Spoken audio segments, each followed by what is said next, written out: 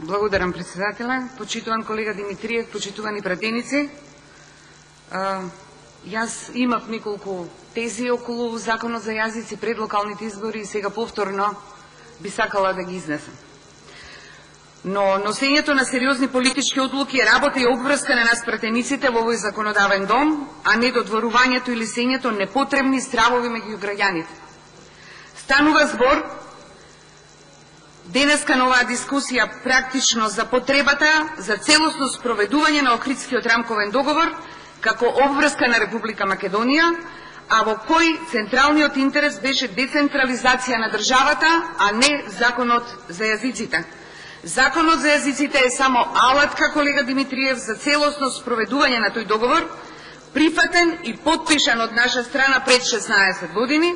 Имаме обврска да го завршиме, но транспарентно и во собраниска постапка спротивно од начинот на кој вие тоа го направивте во 2008.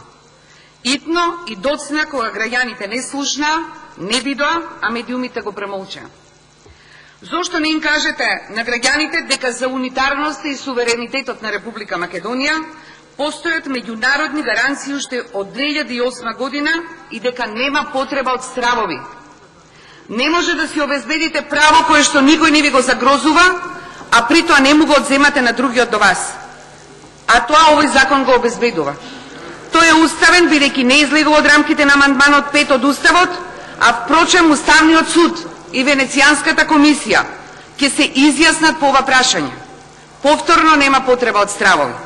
Но вие и покрај веќе донесен закон за употреба на јазиците во 2008 и негово подобрување во 2011 година, сега не сакате да ја превземете обврската што сте ја прифатиле во 2008, кога ништо спектакуларно не се случи. Зошто сеете страв меѓу граѓаните и не им кажувате дека до 28 јануари се обидувавте да договорите коалиција во која овој закон за јазици не беше пречката, туку за нејзино формирање, туку беше специјалното јавно обвинителство. Не треба да се преправаме дека не знаеме дека овој закон само ќе го стави во правна рамка нашето реално живење. И нема овој закон да го оспорите, туку само ќе го забавите. Од оваа говорница беше исто кажано дека досега не сме имале соживот во Македонија и не ни бил потребен законот. Само ќе подсетам дека ваш пратеник во медиумите призна дека вие како политичка партија не сте се доближили доволно до другите етнички заедници и дека во иднина ќе треба да поработите на тоа прашање кое што веројатно ви било слабост. Имам на крајот едно прашање до вас.